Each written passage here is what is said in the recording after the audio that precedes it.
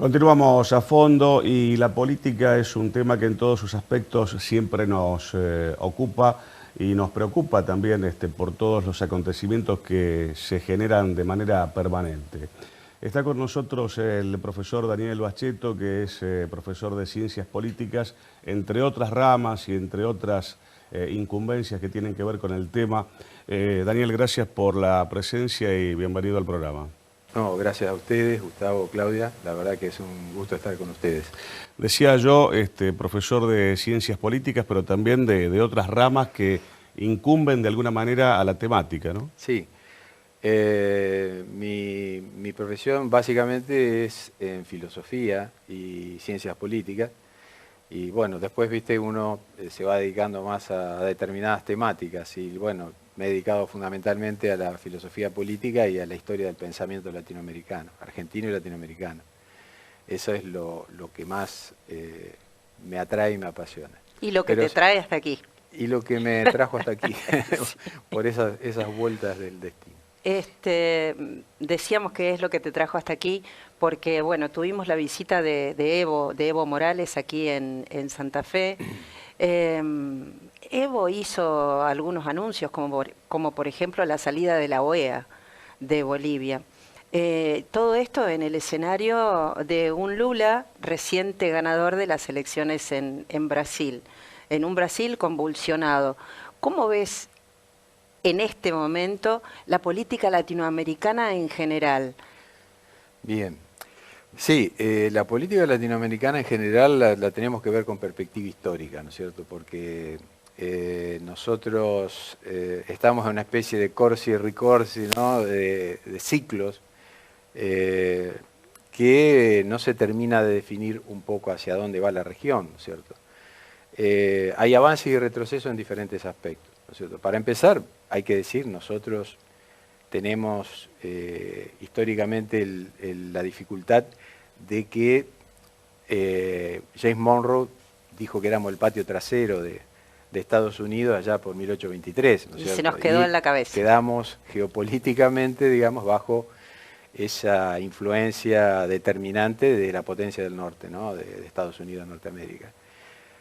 A partir de ahí, bueno, nosotros hemos tenido momentos en los cuales algunos gobiernos de carácter más nacional, popular o progresista, lograron márgenes de soberanía, de autonomía importantes, que fueron los momentos donde nuestros pueblos realmente consiguieron avanzar en aspectos sustantivos. Por ejemplo, bueno, la década peronista, ¿no es cierto?, del 45 al 55, o con Lázaro Cárdenas en México, ¿no es cierto?, con Getúlio Vargas en Brasil. Pero siempre hubo después un ricor, digamos, un retroceso, porque esta potencia del norte obviamente no veía con buenos ojos ese tipo de gobiernos. Nosotros ahora venimos de un ciclo de gobiernos neoliberales, ¿no es cierto? Con, todavía está Bolsonaro en la transición, ¿no es cierto?, hasta que asuma Lula, que ganó las elecciones, pero tienen una transición muy larga ellos, ¿no es cierto? El caso de Bolivia es un caso particular, pero la región en general estamos viviendo una recuperación de un segundo ciclo, digamos, de gobiernos progresistas, nacionales y populares, cada uno con características propias dependiendo del país de que se trate, ¿no es cierto?, que tiene sus propias particularidades. Pero bueno, es muy positivo, lo considero y evalúo muy positivo, que se esté dando una sincronía, una coincidencia de gobiernos de un signo parecido o que tienen una importante coincidencia, sobre todo en definiciones estratégicas, ¿no es cierto? No en las políticas de detalle internas o cuestiones instrumentales, digamos, sino más en las definiciones estratégicas. Y yendo a eso, nosotros hemos tenido un avance como región muy importante con, digamos, la etapa de lo que fue el no al ALCA, que fue un hecho histórico, sí, absolutamente, lo considero un hecho histórico, que un conjunto de países de la región, liderado fundamentalmente por el Brasil de Lula, la Argentina de Néstor Kirchner y la Venezuela de Chávez, también estaban otros gobiernos, pero bueno, básicamente eso, fueron los que más impulsaron rechazar lo que iba a ser, a mi modo de ver, un proyecto muy nocivo para la vida de nuestros pueblos, ¿no es cierto? Como era integrarnos desde Alaska hasta Tierra del Fuego con una potencia y una economía como la norteamericana, ¿no? Sí, Entonces, que sería permitirle a Estados Unidos seguir moviendo los hilos. sí, ellos siempre los mueven, porque si hay algo que Claro. tienen los norteamericanos es que son muy activos, ¿no? Como toda potencia No se quedan tienen sus quietos. virtudes, son proactivos. Pero fundamentalmente el no al ALCA, bueno, permitió consolidar un proceso de construcción de espacios, digamos, de búsqueda de consenso, de coincidencias de los países, sobre todo de Sudamérica, ¿no es cierto? Después se sumó el Caribe con la CELAC, cuando se constituyó la CELAC. Bueno, Lula, por ejemplo, fue uno de los principales impulsores de la CELAC. Tuvo mucha incidencia y le puso mucha fuerza a la creación de la CELAC, que es un ámbito de concertación de políticas de América Latina y el Caribe sin Estados Unidos. O sea que directamente el mero hecho de haberse atrevido a crear eso, ya implica que la región, digamos, ha crecido y se ha fortalecido, digamos, en una autoconciencia, en una búsqueda de un proyecto propio, ¿no? Lo cual no siempre fue así. Vos mencionaste la OEA. Bueno, la OEA es una creación de Estados Unidos. O sea, Justamente. básicamente, no es por más que estén todos los países de América, es una creación de Estados Unidos para ordenar la región en función de sus intereses. Claudia hacía referencia al reciente triunfo de Lula. Obviamente un triunfo fuera de toda discusión, pero por un margen pequeño o mucho menor quizás a lo que se podía llegar a esperar. ¿Eso puede incidir, digamos, en la repercusión que pueda tener el gobierno de Lula en la región?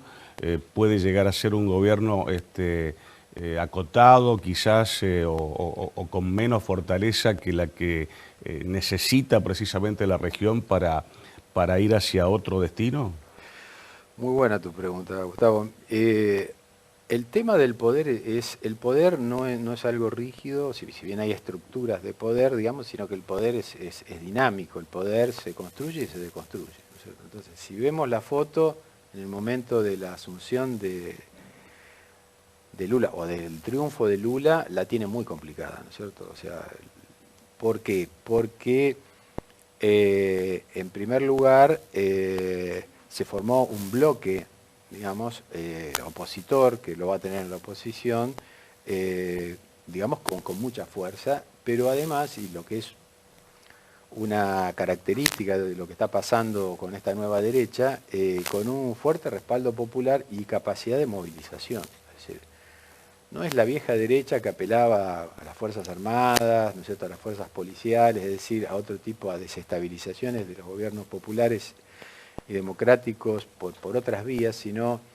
que es una derecha que de alguna manera representa, es un emergente, ¿no es cierto?, de los últimos tiempos, pero que tiene un fuerte arraigo en amplios sectores de la población, ¿no? Y eso quedó expresado en la importantísima votación de Bolsonaro, después de un gobierno que fue malo en muchos aspectos y en algunos aspectos horrible, por ejemplo, en la gestión de la pandemia. Brasil fue el segundo país con más víctimas del mundo. Yo te iba a decir, fue malo en algunos aspectos y pésimo en otros. Exacto, ¿no? Claro. La economía brasileña prácticamente estancada, ¿no es cierto?, con un aumento del desempleo, aumento de la inflación. La pobreza, o sea, Bolsonaro no subió, a pesar de la inflación, no subió el salario mínimo en los 4 años de gobierno, no lo movió. Entonces hoy tenemos un Brasil con la mitad de la población bajo la línea de la pobreza y más de 30 millones de habitantes que pasan hambre, o sea que no comen las 4 comidas diarias. Entonces vos me decís, ¿qué es lo que va a poder hacer Lula en un contexto de esta naturaleza?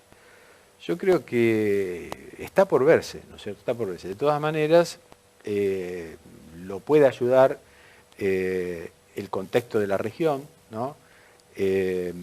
Lula además es una persona que ha generado, o sea, con un liderazgo prestigiado a nivel internacional, todo lo contrario de Bolsonaro. En la gestión de Bolsonaro, Brasil cayó en el descrédito a nivel internacional, en Europa, en todo lado se lo veía muy mal por distintos motivos.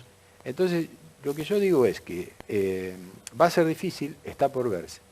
La primer pelea importante que va a tener es tratar de sumar los apoyos en el Congreso, que está muy fragmentado y muy dividido, para poder eliminar una ley que sacaron, que para mí va a ser fundamental, que le pone un tope al gasto social por 20 años.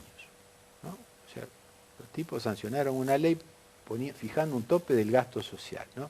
Y vos tenés un país con la mitad de la población, un país con, ¿no es cierto?, 200 millones de habitantes, pero con la mitad de la población en la pobreza y 30 millones que pasan hambre. Y tenés un techo para el gasto social.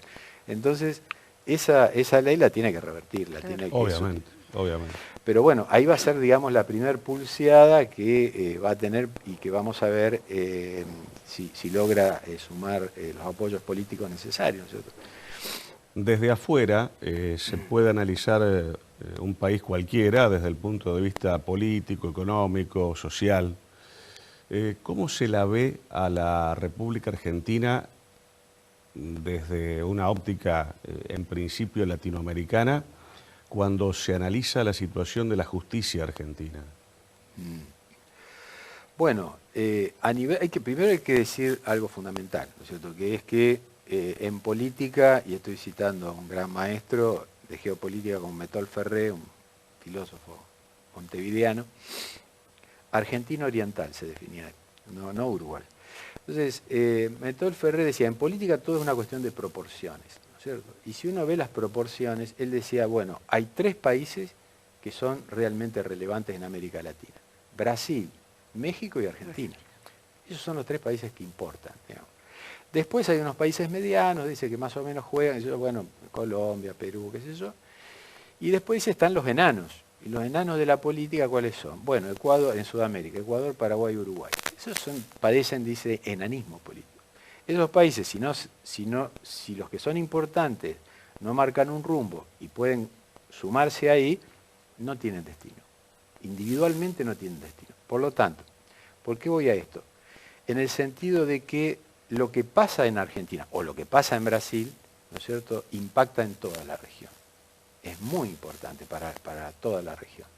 Y que Argentina en estos momentos tenga un conflicto tan serio que yo lo asocio con una colonización, digamos así, del Poder Judicial por parte de las élites corporativas, las élites económicas. Básicamente, digamos, la judicialización de la política es la muerte de la democracia, ¿cierto? O sea, la democracia como ejercicio participativo, digamos, de los distintos estamentos, los distintos actores sociales, económicos y políticos en el juego político para definir, bueno, buscar sumar las mayorías necesarias para llevar adelante cada uno de sus proyectos o sus intereses, ¿no es cierto? Bueno, si todo eso está sometido a una especie de instancia superior donde todo se puede parar o tirar para atrás en función de la decisión de un juez, imagínate, directamente uno se pregunta, ¿no? ¿Para qué hacemos política? O sea, si en definitiva sacás una ley, a lo mejor que te costó meses de debate o años a nivel de la sociedad, de instituciones importantes y demás, de alianzas políticas, de todo esto, y un juez te dicta un amparo y se terminó, no se aplica la ley, pues, bueno, ¿para qué estamos? ¿Para qué estamos? ¿Para qué? Queda la política queda como una especie de juego, de simulacro, pero donde realmente las cosas importantes se deciden en ámbitos de élites, en una habitación. Bueno, de hecho Lula estuvo más de un año preso por una causa armada. 19 meses estuvo preso. 19 meses. Claro. Y casi 2 años. Ahí tenés un caso, por ejemplo, el Tribunal Superior de Justicia de Brasil no fue parte del... Por más que hubo un juez, ¿no es cierto?, como Sergio Moro, que jugó un rol muy determinante en la prisión de Lula, el Tribunal Superior de Justicia no fue parte del dispositivo de apoyos a Bolsonaro. Y fue una cuestión fundamental, porque el Poder Judicial en Brasil siempre anduvo a las patadas con el gobierno de Bolsonaro y le marcó límites importantes. Por ejemplo, cuando poco antes de la primera vuelta Bolsonaro empezó a instalar la idea de un fraude o a denunciar que le iban a hacer fraude y que si él no ganaba por el 60% de los votos no iba a reconocer el resultado electoral, uno de los actores más importantes o de más peso que salió a decir, no señor, acá el sistema electoral funciona, usted llegó al gobierno usando este mismo sistema de voto electrónico, etcétera, etcétera, y acá nosotros garantizamos eso, fue el Tribunal Superior de Justicia. ¿No es cierto? No fue el único. El otro poder importante que le pusieron un freno a ese amago golpista, digamos, del bolsonarismo, fueron los propios Estados Unidos, fundamentalmente el gobierno de Joe Biden, porque sabemos la relación estrecha de Bolsonaro con Donald Trump, y que el gobierno de Brasil había sido uno de los últimos a reconocer el triunfo de Biden, porque esperaban a ver qué pasaba con todo el lío que se armó con el trumpismo y que si reconocía, si no reconocía el resultado electoral. Por eso hay una enemistad muy fuerte y por eso el gobierno de Estados Unidos dijo, no señores, acá es fundamental que se respete la democracia, ¿no? Sos un profesional que desarrolla gran parte de la actividad que llevas adelante en claustros académicos, universitarios.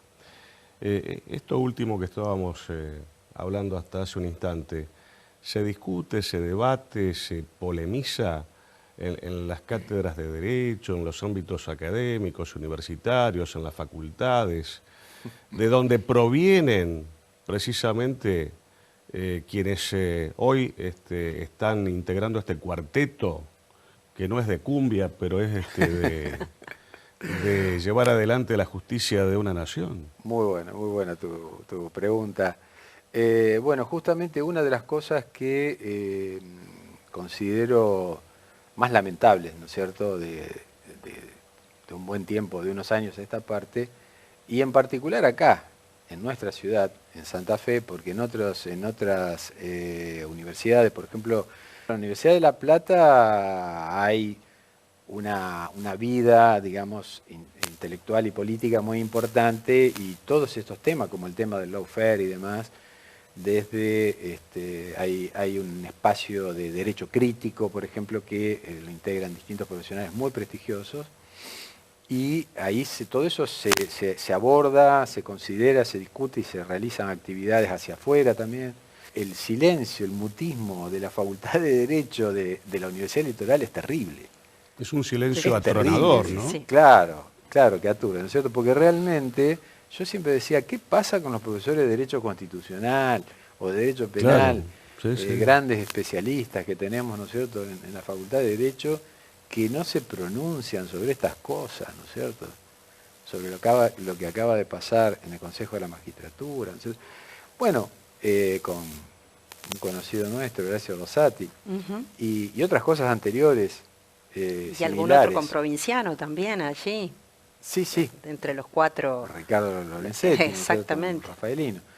Bueno, pero quiero decir, realmente pensamos que es un aspecto muy peligroso y delicado, que instituciones importantes, como vos decís, académicas, donde se supone que están los estudiosos de estas cuestiones, que además las transmiten a las nuevas generaciones, que son los que después van a ocupar, son los cuadros intelectuales y políticos que después ocupan los lugares, los ministerios, las secretarías, exacto, los juzgados, etcétera, ¿no?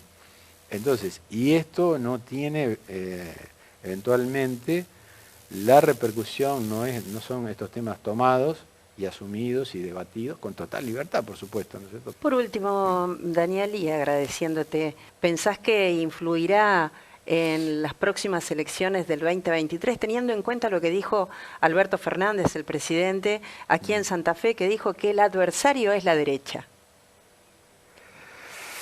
Yo creo que sí, que influye decididamente.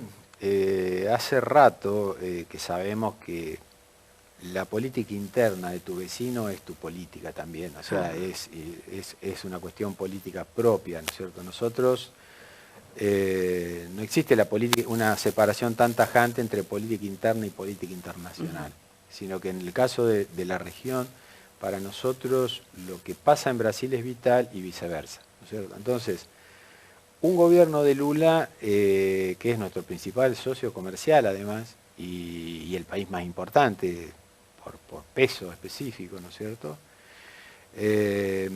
Indudablemente que ayuda a lo que sería, porque lo que se va a enfrentar son dos proyectos. Sí. No son dos partidos políticos, Sí, ni dos alianzas, ni siquiera dos no. partidos políticos, sino que claramente en la historia argentina disputan dos proyectos, ¿no es cierto?